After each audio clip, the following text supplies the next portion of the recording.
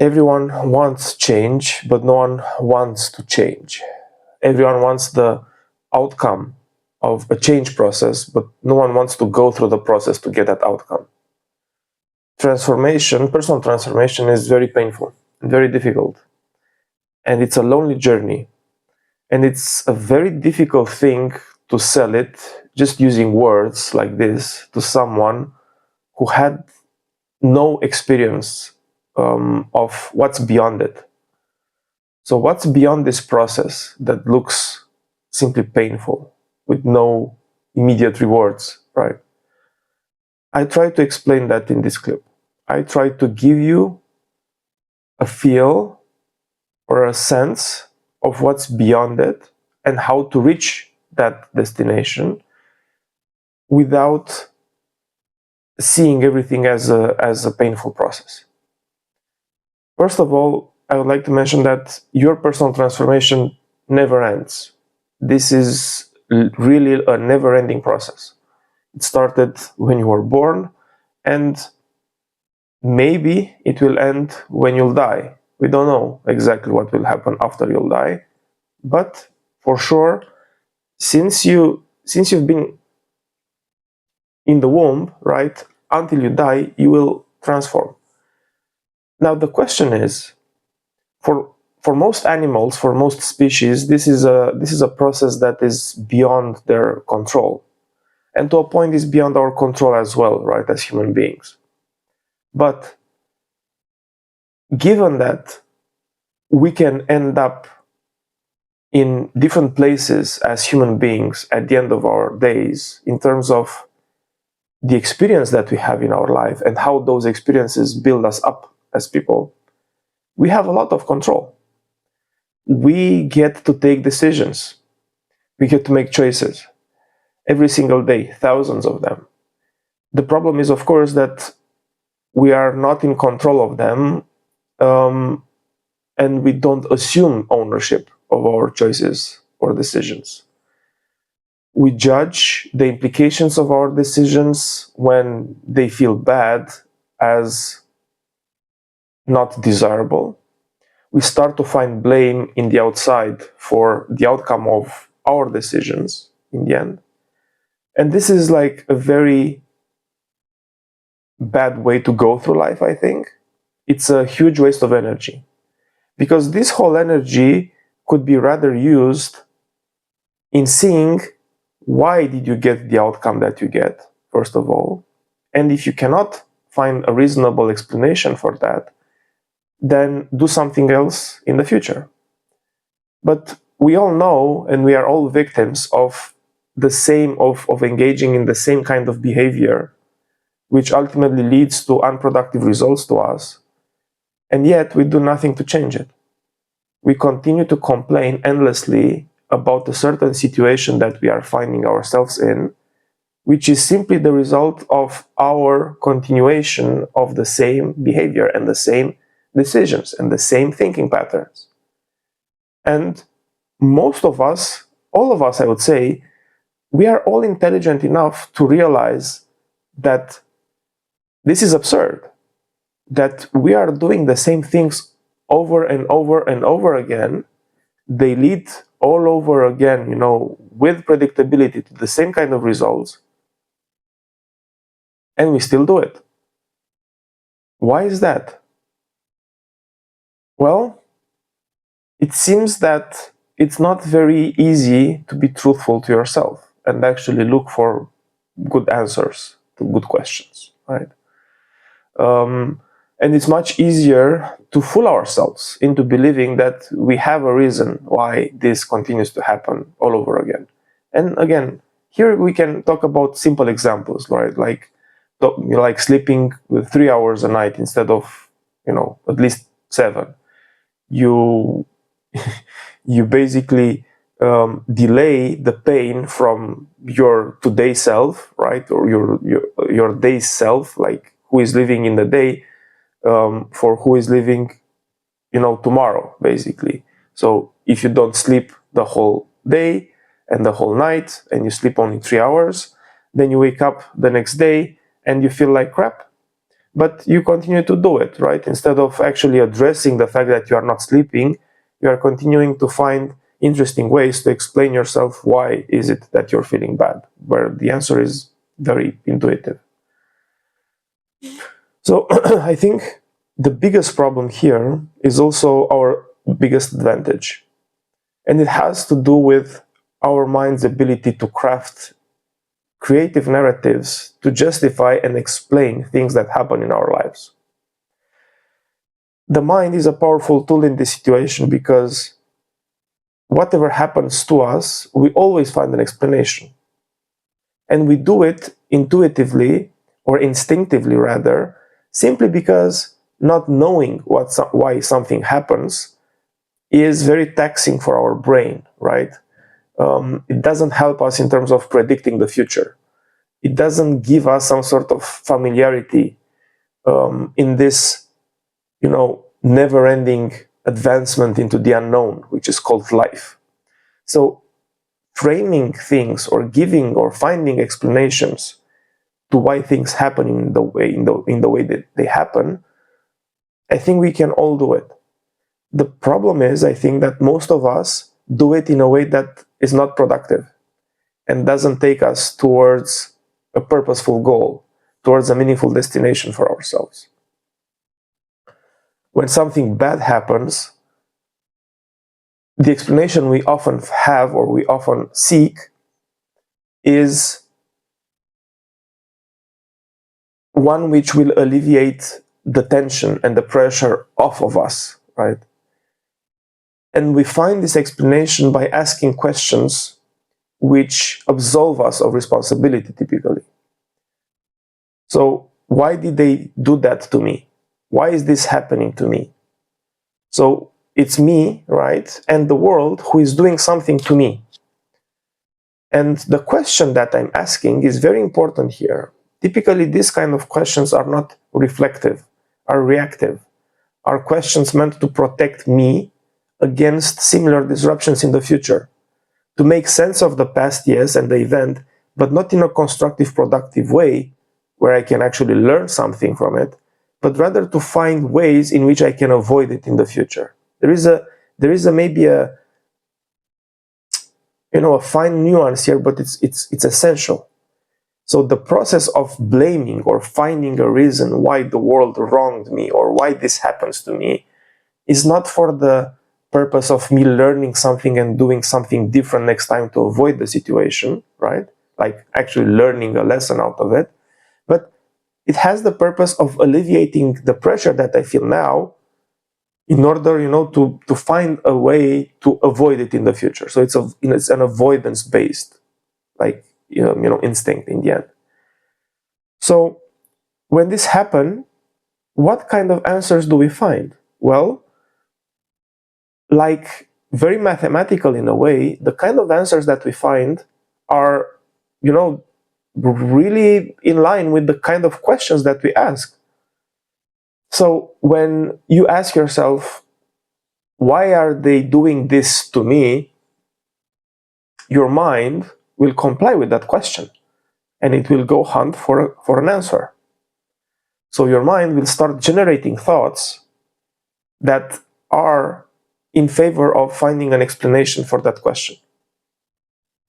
And this happens also in the back of your mind, so to speak, right? You have this conscious mind, this conscious awareness. For example, I'm conscious of filming a video. I might not be conscious of everything that happens in the background that causes me to say what I'm going to say next. I have no idea what I will say exactly in terms of words 10 seconds from now. It's not possible. And you cannot predict that either, right? But I can use my intention and my intuition to more or less direct the thoughts into a certain direction.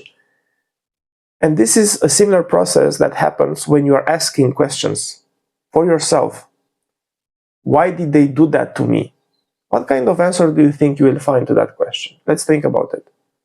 Well, you will find an explanation that you will buy into, because that's why you ask it, right? Because you want to find out. You want to learn something, but again, the learning is not for you to do better. The learning is for you to protect your ego, your identity against these external threats that did wrong to you, so that in the future you can avoid it. Okay, it's a different, it's a nuanced thing maybe at this point for you, but it's an important thing. So when you ask this question, you will find answers like, because they are bad people, right? Because they don't know you, because they don't respect you, because they don't love you. And these answers start to form, slowly but surely, the very fabric based on which, the very foundation based on which you will interpret reality itself. It's the core way, it's the core filter through which you will perceive the world outside you. If you ask yourself these questions frequently enough, for a long time, for a long enough time period, like, why is this happening to me? Why are they behaving like this to me? Why am I like this? Why?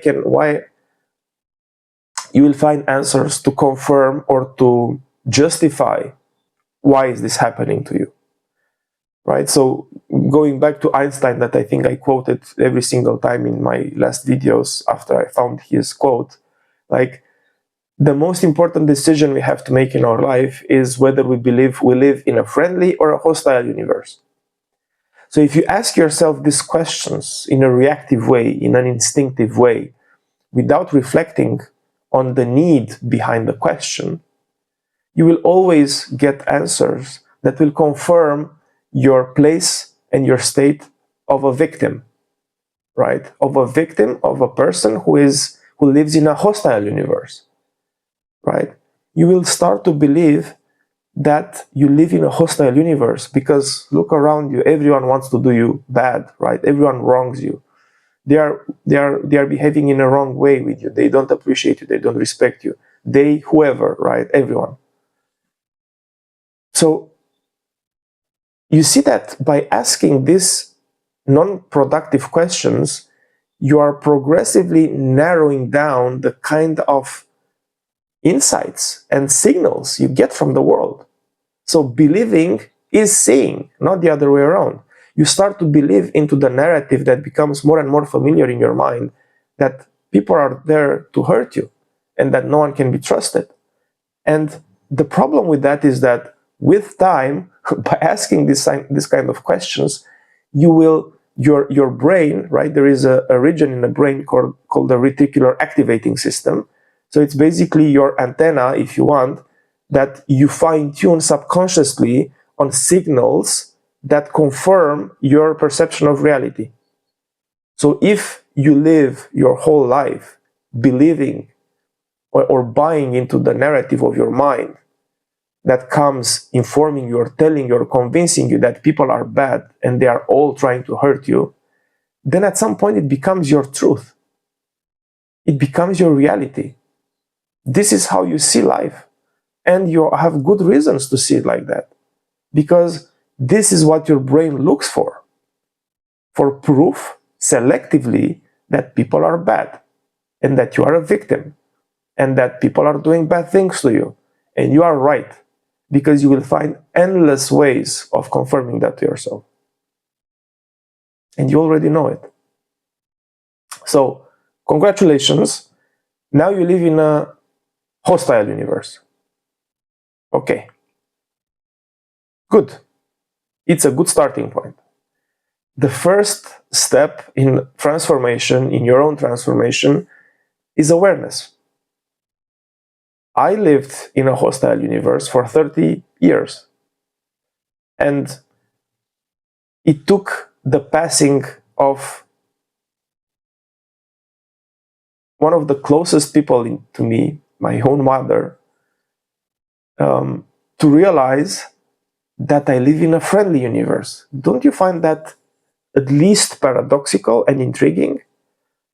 So imagine that. I lived for 30 years in a hostile universe exactly based on the judgment and the argumentation that I built up to this point, right, in these 14 minutes. And my mother was with me, and I loved her a lot, and I knew that she loved me immensely. But yet, I was living in a hostile universe. I thought that everyone is not appreciating me. I had this kind of soft core and rigid shell, right, in which I was trying to protect myself against the world, to defend my knowledge, my expertise, how I felt about myself in an assertive way, right? So I showed to the world a bit of a rigid shell, so that no one sees actually that I'm in the end insecure and weak, right, in the inside. I looked strong, maybe on the outside, I don't know, but clearly I didn't feel that way, right? So I was a pragmatic pessimist in the sense that, I was clearly not an optimist, but I had good reasons for it, right? I was able to find you reasons why things will fail, why this won't work. And of course, I was very good at it. I was always finding reasons why things won't work. And I used that evidence to confirm the fact that I'm good at seeing how things can't work. And even got to be proud with that, right? I wear it as a badge of honor. So can you imagine what waste of energy to use like intelligent, thought ultimately to find ways in which I can justify myself that I cannot progress, that I cannot evolve, that I cannot do more, right? And it makes perfect sense if you think about it. That kind of logic kept me in my own insecurity, like shielded from the world. And the fact that I was finding ways in which I cannot grow, I cannot evolve, made sense because it was a good narrative to buy into, to not do something that could expose me, right? To not do something that could be uncomfortable and take me outside of my comfort zone, because I didn't want that necessarily. And then this thing happened, like a season of 4.5, 5 years of deep suffering, which led to the passing of my mother. But in retrospect, I see this as the period of my life where I got to be reborn in a way, right? I got to start to look deep down at these filters that I was using by default to parse reality and relate to what was outside of me.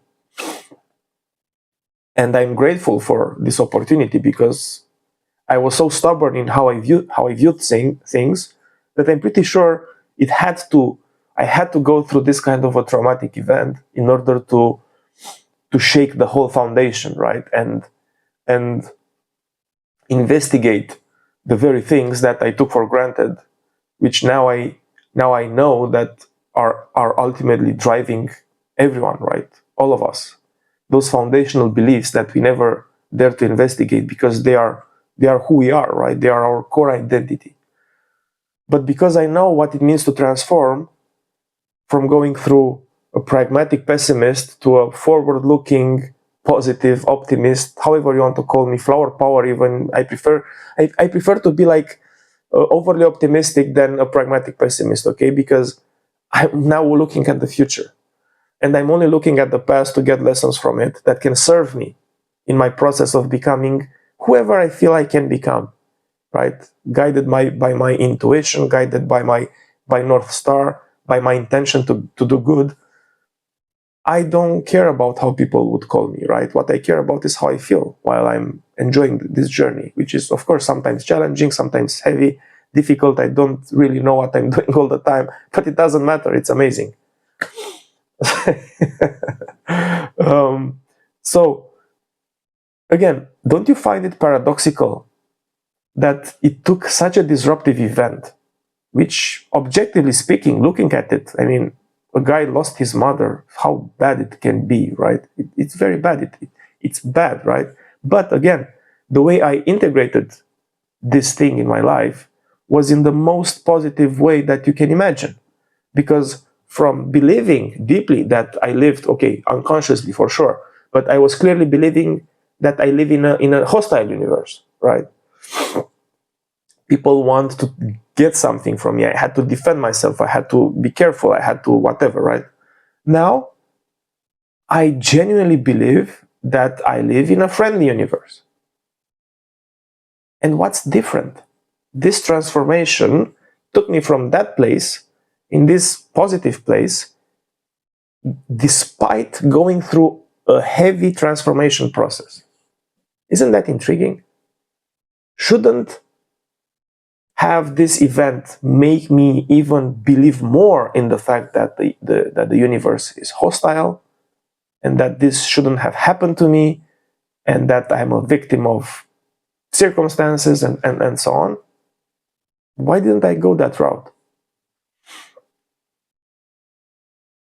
Why?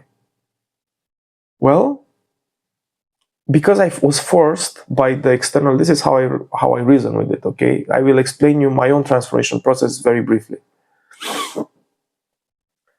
The difficulty of confronting the external circumstances of my life, assisting, and going through this process with my mother, and being there for her while she was suffering deeply for different reasons. So she was feeling the pain of her own disease, but she was also feeling the pain of the inevitability of having to, leave us, basically. It was so difficult for me to stay in this reality that I had to go within. What does it mean, going within? Well, for example, it started with me listening to Eckhart Tolle for, I don't know, I don't think I exaggerate. I think at least 4 hours a day for at least 2 years. It was the only thing that calmed me down. Just like that. So 4 hours a day for 2 years at least, like every day, I was listening to Eckhart Tolle. The Power of Now, A New Earth, every kind of speech, everything that he gave. And slowly but surely, he was able to crack the shell. Or I was the timing was perfect for the shell to be cracked, right? Because this rigid shell that helped me to protect myself in this world was cracked by the event itself, right? I then realized that this is unbearable for me. I cannot continue to exist in this reality. It's too painful. So the shell was, started to show some superficial cracks. Enough cracks, or deep enough, or important enough, that the light, if you want, the truth coming from beyond Eckhart Tolle's words, passed through, right? It's difficult to explain in words a transformation process, again, and that's why most people don't do it, because you have to first have the proper setting for it in order to be willing to investigate what's deep inside you. And that's for some reason a very difficult thing to do for people, right? And I can tell you, if you take anything out of this, just take this.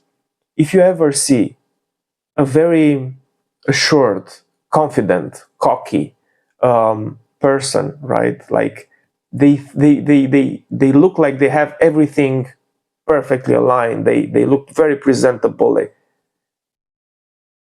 I can tell you, you would not want to live their life, no matter how big of a material possession they have. They are wasting so much energy into keeping up those appearances for you that you cannot imagine. Starting from the looks, of course, going to behavior, how they speak, why they speak like that, what's the tone, what if I should use a bit different tone so that they don't perceive me like this or like that. And this is a manufactured persona for the external world to perfection, so that it matches their need to be perfect for themselves, so they can feel good about themselves with themselves. And it happens that they can only feel that if they appear perfect to you. If they don't appear perfect to you, and they know they are not perfect when you judge them, then they feel worthless, right? They feel very bad. So they will try best to be and look in a way that you cannot say anything about them, right? So now they are okay with them. Whenever there is a slight deviation, they have to do something else. They have to innovate, right, in order to keep this image. Very, very tiring process. I didn't do it at that level, but I can extrapolate, right? So it's very difficult, right? And there is another saying like everyone, no, people who want a transformation don't need a transformation, and people who need a transformation don't want it. And I truly believe this is the case.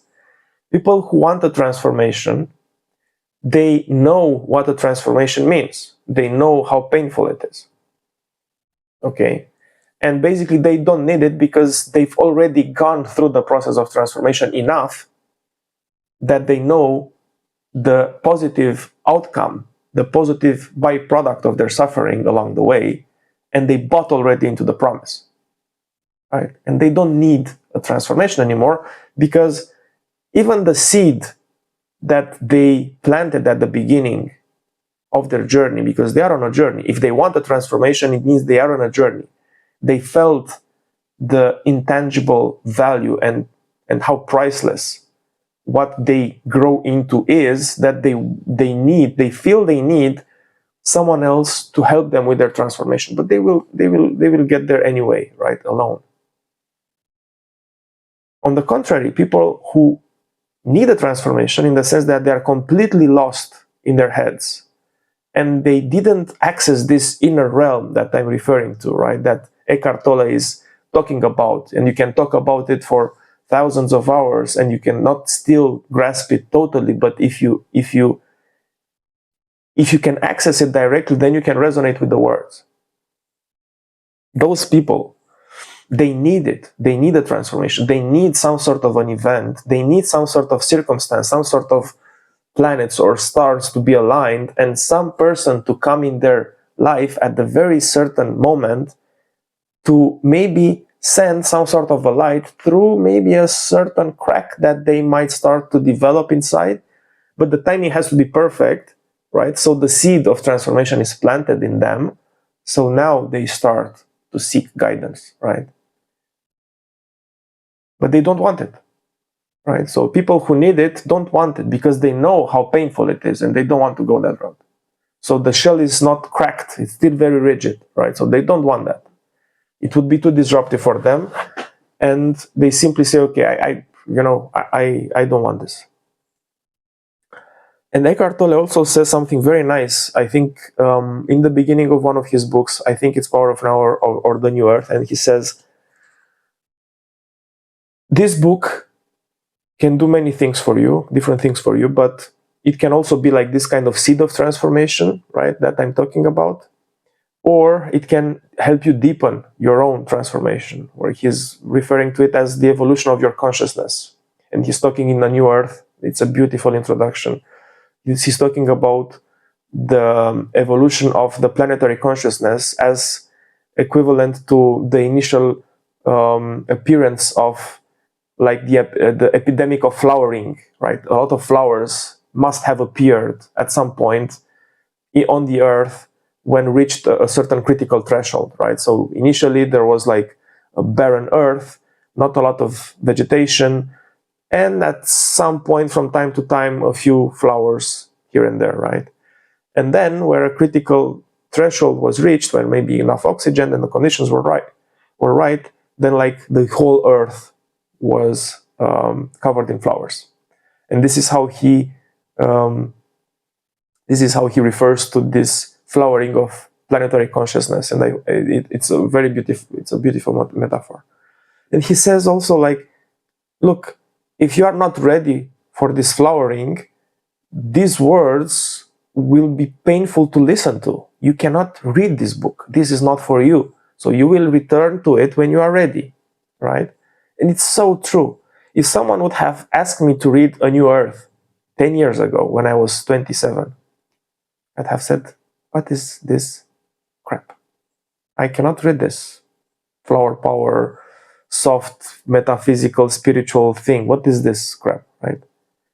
Because my mind was on speed, right? My mind, when I was 27, didn't care about these things. I was focused on productivity. I was, working nights to evolve my skill set. I wanted to get promoted. I wanted to impress people. I wanted to make people trust me more. I wanted to do more. I wanted to have more. And that was okay. That was the season of my life where I had to work like this and I had to be like this. Because, evolution is in stages. That was normal. What maybe would not have been normal was not to stop from that, right? Chaotic push towards whatever, the chasing the horizon kind of initiatives, right? And drive in life. But then I said, okay, you know what? Where am I going with this? I started to already feel some sort of an internal doubt. Where am I going with this? And then this happened with my mother. And I think I was fertile ground by this point. I was getting frustrated enough that I was not feeling well with myself, and I was good material for transformation, right? And I really genuinely believe that God, divinity, universe, this intelligence that surrounds us and is within us knew I was fertile ground for proper transformation and to actually have a good impact in people's lives in this life. But I had a hard shell, and that shell could not have been cracked unless this kind of event happened to me, right? So how I now reflect in retrospect what happened to me was actually happening for me, for my own benefit. And what my mother did with her own sacrifice was something that had to be done, right? This unconscious sacrifice that she did was something that helped me to consciously now want to do the same thing for other people. Because her unconditional love towards me forced her in the end to give me this sacrifice, which ultimately I treasure as the most precious gift I ever received from a human being. And it so happened that I received this gift in the week with my birthday. So nothing is, everything is random if you look at it like that, but nothing is random if you look at it like that, right? And that's my core message here. Everything is how you want it to be for you. If I decided to now live in a friendly universe, now I choose to leverage my past and use it as a superpower to reach my own destination, to execute on my own mission on this world, which is to help people like you and like me to see beyond their immediate operational context, which is overwhelming, which leads to frustration, which doesn't allow them to be the best version of themselves for the people who care about them and love them, and for themselves. So I'm planting this seed in you, right? Think of it. How can it be that a person who lived his whole life for 30 years in a hostile universe, after going through 5 years of pain and suffering, culminating with the passing of his own mother, who he loved greatly, decides now, in this aftermath, that he's actually living in a friendly universe? I genuinely believe this is a friendly universe in which everything that happens for me. And all the answers that I get these days, I get them on the back of better questions. Instead of asking, why is this happening to me? Which would keep me trapped in this hostile universe.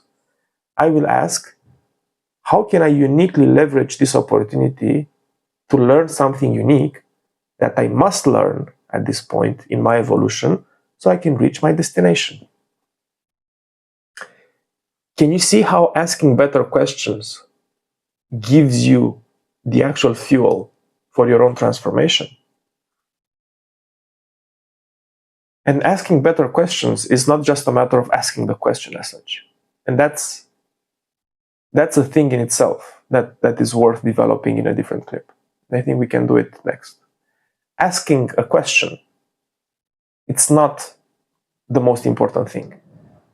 The most important thing is being ready to receive the answer that comes from asking that question.